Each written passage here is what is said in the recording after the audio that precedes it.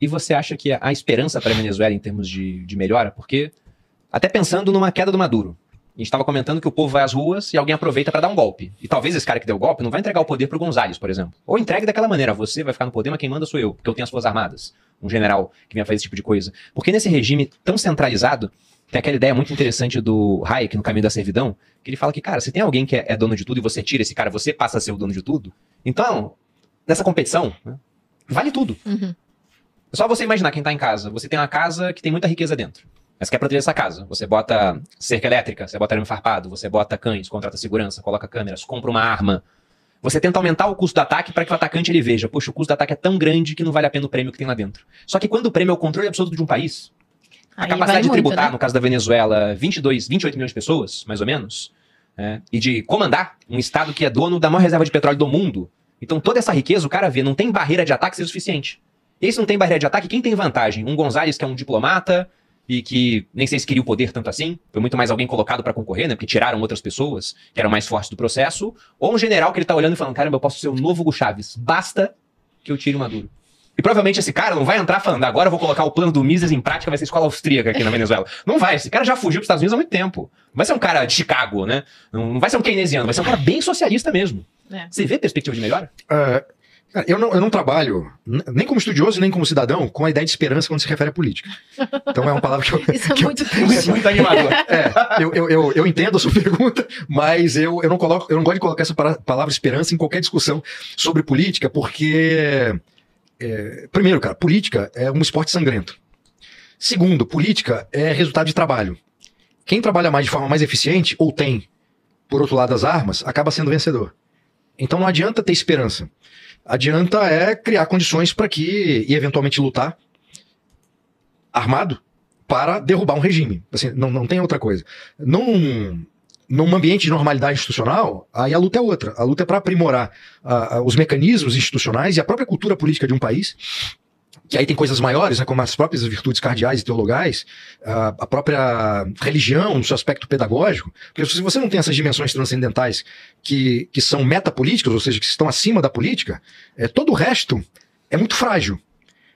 Então se você não tem essa dimensão transcendental pedagógica para que as pessoas de forma geral saibam que existe verdade e mentira, que existe o certo e o errado, que não há relativismo nessas discussões, se isso não existe, o jogo da política ele fica não só mais pobre, mas muito mais precário, muito mais frágil.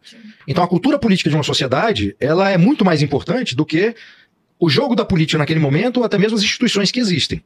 Porque a cultura política é fundamentada nesses elementos que eu acabei de citar, que vão direcionar, que vão aprimorar a própria cultura política, que vão fazer com que a sociedade seja mais forte, que tenha valores inegociáveis, e que dentro dessa sociedade emerjam lideranças políticas imbuídas dessas características. Sem isso, a gente fica muito numa discussão que parece profunda, mas no fundo não é. A discussão sobre como melhoramos as instituições.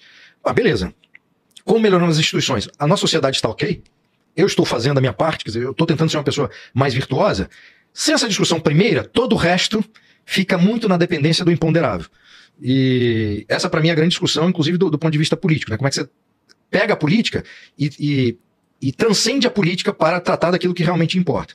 E isso em qualquer país. A história, quando eu falei da história da Venezuela, né, quer dizer, o que pode acontecer, mas o que pode acontecer no futuro, baseado no que aconteceu no passado. A história é muito zoada.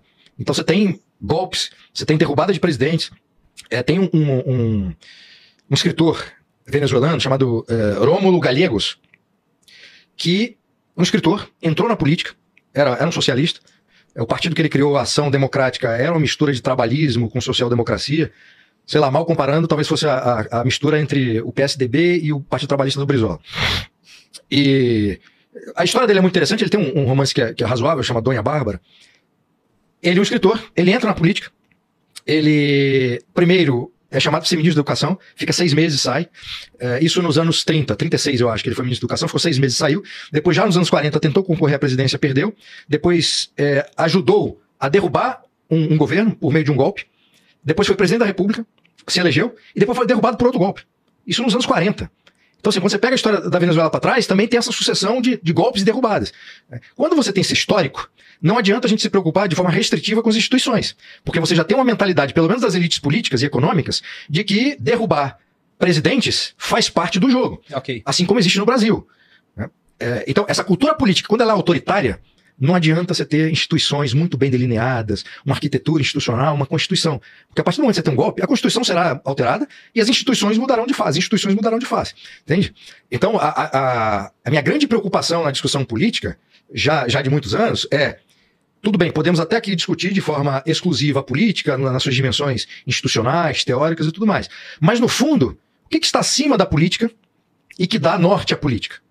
Aí é nosso comportamento individual e o comportamento da comunidade onde a gente vive. Se isso aqui não tiver solidamente fundamentado em virtudes, na transcendência, cara, aí, lamento, ferrou. Aí é que não dá pra falar de esperança mesmo, Bruno. O Nietzsche, ele tem uma ideia interessante sobre a esperança. Porque a gente ouve falar que ter esperança é uma coisa boa, né? E ele é um filósofo do pé trocado também, né? Mas ele fala, esperança é ruim. A esperança é um mal, porque ela prolonga o sofrimento humano.